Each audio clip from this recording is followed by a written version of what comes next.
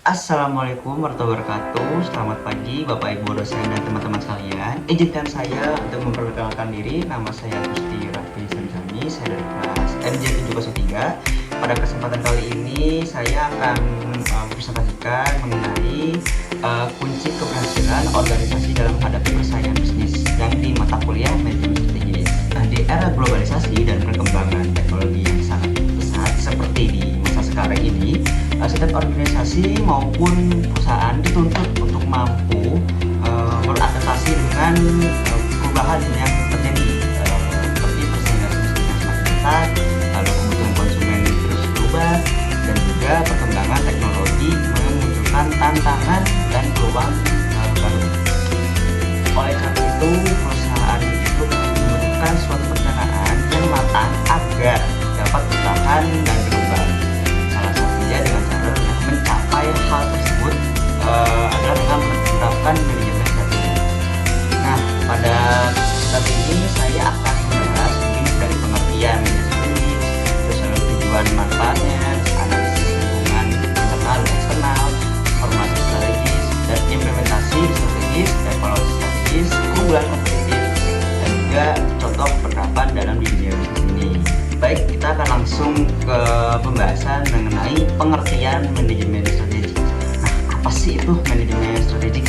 Nah, jadi manajemen strategik ini adalah proses yang dilakukan oleh organisasi dalam merumuskan, yaitu melaksanakan dan mengevaluasi berbagai suatu keputusan yang strategis untuk mencapai tujuan organisasi dalam jangka panjang.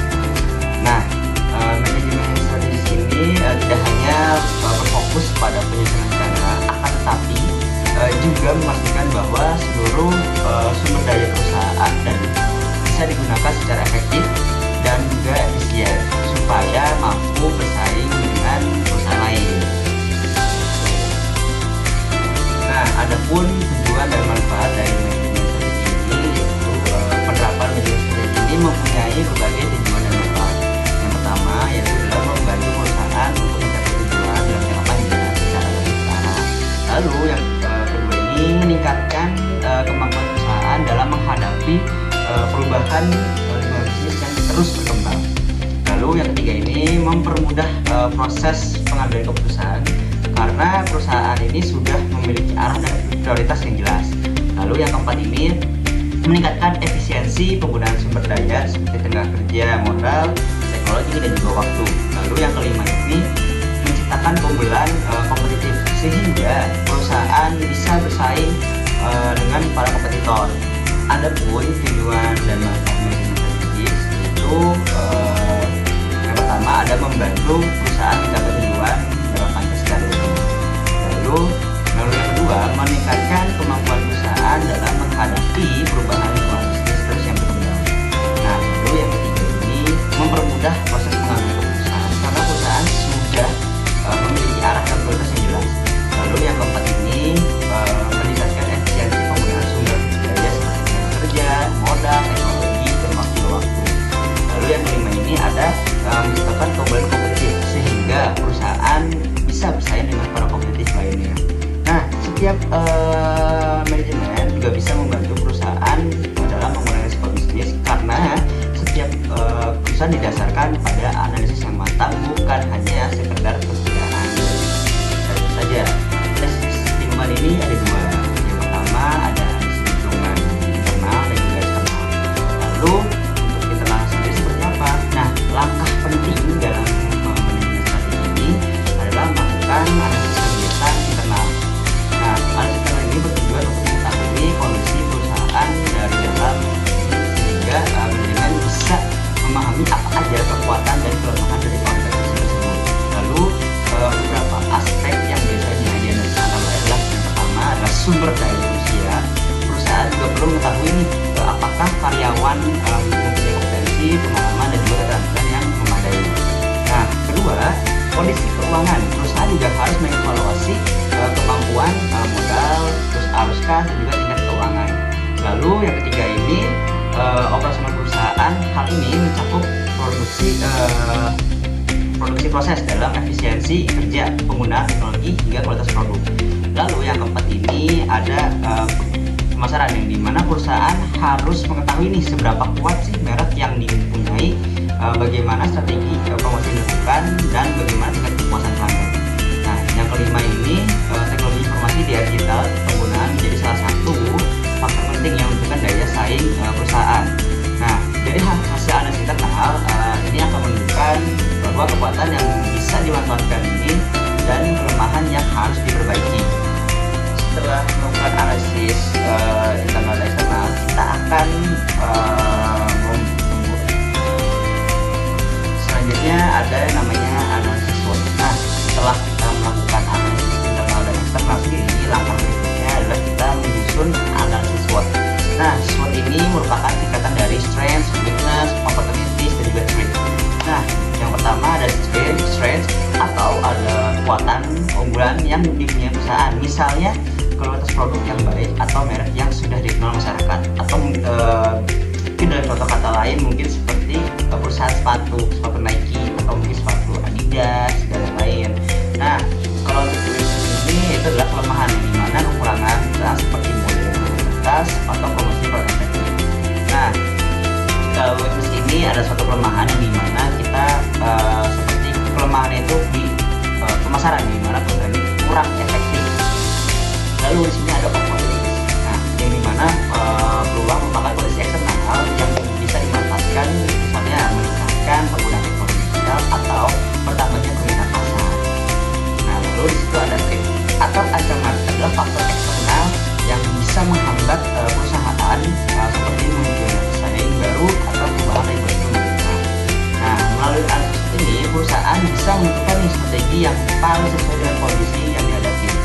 Nah, jadi di antara SWOT ini kamu bisa menganalisis di mana SWOT ini sangat cocok banget bagi perusahaan untuk bisa menentukan strategi yang tepat apa dan bagaimana kelemahannya dan bagaimana cara kita memperbaikinya. Selanjutnya ada namanya formula strategi. Nah, tahap berikutnya yaitu formula strategi adalah proses penyusunan rencana untuk mencapai tujuan perusahaan berdasarkan dari hasil analisis sebelumnya. Nah, dalam tahap ini perusahaan menentukan visi, misi, tujuan jangka panjang dan juga strategi yang akan diterapkan. Ada beberapa strategi yang bisa dipilih, antara lain yaitu strategi kepemimpinan, biaya atau cost leadership, yaitu menawarkan produk dengan harga lebih murah melalui efisiensi biaya. Lalu yang selanjutnya ada strategi diferensiasi, yaitu menciptakan produk yang diuntungkan dan bukan pesaing sehingga memberikan nilai tambah bagi konsumen. Nah, yang terakhir ada strategi fokus, yaitu melayani segmen konsumen secara lebih spesifik. Nah, pemilihan strategi ini harus disesuaikan dengan kondisi perusahaan maupun juga daya dan kebutuhan pasar. Nah, jadi sebagai perusahaan, kamu tidak bisa asal menentukan mana strategi yang tepat. Nah, strategi ini dipilih yaitu sesuai dengan kondisi perusahaan, bagaimana pemasaran apa dan juga apa dan juga harga berapa yang kamu kasih. Lalu ada namanya implementasi dari strategi. Nah, setelah strategi dirumuskan, langkah selanjutnya adalah kita melakukan implementasi strategi. Nah, implementasi sendiri yaitu merupakan proses menjalankan strategi yang sudah disusun agar benar-benar menghasilkan perubahan organisasi. Nah, pada tahap ini perusahaan harus mengalokasikan sumber daya secara tepat, terus dulu membentuk organisasi yang mendukung, lalu menetapkan kebijakan operasional, serta memastikan seluruh karyawan itu bisa memahami tujuan yang ingin dicapai. Nah, komunikasi yang baik antara manajemen dan juga karyawan menjadi faktor penting dalam keberhasilan implementasi strategi ini. Nah, dari itu kepemimpinan strategi juga sangat diperlukan agar seluruh anggota organisasi mempunyai komitmen untuk menjalankan strategi secara konsisten. Nah, dengan kata lain, kalau kita perusahaan ya kita berkomunikasi baik dengan karyawan, maka strategi ini bisa berhasil dan juga kita bisa mencapai cuan yang kita inginkan. Oke, sekarang ada yang namanya evaluasi strategi. Nah, tahap terakhir ini dalam manajemen strategik adalah evaluasi strategi. Nah, evaluasi ini dilakukan untuk mengetahui apakah strategi yang sudah diterapkan ini bisa mencapai tujuan perusahaan. Nah, beberapa langkah dalam evaluasi strategi ini antara lain Jadi yang pertama, mengukur dari kita kinerja perusahaan berdasarkan dari indikator yang telah ditentukan. Nah, lalu yang kedua, membandingkan hasil yang sudah diperoleh dengan target yang sudah direncanakan. Lalu yang ketiga ini, mengidentifikasi penyebab apabila ketika terjadinya penyimpangan. Lalu yang keempat ini adalah melakukan tindakan perbaikan strategi apabila yang diterapkan itu belum memberikan hasil yang optimal. Nah, evaluasi strategi ini harus dilakukan secara berkala karena kondisi bisnis selalu berubah dari waktu ke waktu dan tidak menetap sama sekali. Selanjutnya ada yang namanya keunggulan kompetitif. Nah, salah satu tujuan utama manajemen strategi ini adalah menciptakan keunggulan kompetitif. Nah, keunggulan kompetitif ini adalah kemampuan perusahaan untuk memberikan nilai yang lebih baik dibandingkan pesaing, sehingga mampu memenangkan persaingan pasar dan mencapai target tujuan. Nah, keunggulan kompetitif ini bisa diperoleh berbagai cara, misalnya menghasilkan produk berkualitas tinggi, memberikan pelayanan yang cepat dan ramah, lalu menggunakan teknologi yang lebih modern, serta membangun citra merek yang kuat. Nah, perusahaan yang mempunyai keunggulan kompetitif ini biasanya lebih mudah mempertahankan pelanggan dan memperoleh keuntungan dalam jangka panjang. Contoh dari penerapan manajemen strategi ini yaitu kita ambil perusahaan kopi lokal. Nah, yang dimana perusahaan tersebut kita melakukan analisis internal dan menemukan bahwa kualitas biji kopi ini dan juga pelayanan para pelanggan itu merupakan kekuatan utamanya. Namun perusahaan juga menyadari bahwa promosi digital masih kurang maksimal. Nah, selanjutnya melalui analisis eksternal, perusahaan melihat bahwa tren pemesanan kopi ini secara online dan juga terus meningkat. Nah, berdasarkan hasil tersebut, perusahaan memutuskan untuk menerapkan strategi diferensial dengan menghadirkan menu kopi yang unik dan juga terbaru, meningkatkan kualitas pelayanan, serta memperluas pemasaran melalui media sosial dan aplikasi pemesanan makanan. Nah, setelah strategi dijalankan, perusahaan melakukan evaluasi setiap 3 bulan dengan melihat peningkatan penjualan, nah jumlah pelanggan baru dan juga tingkat kepuasan konsumen. Hasil evaluasi ini menunjukkan bahwa penjualan meningkat ini dan pelanggan semakin loyal terhadap produk yang ditawarkan dari penjual.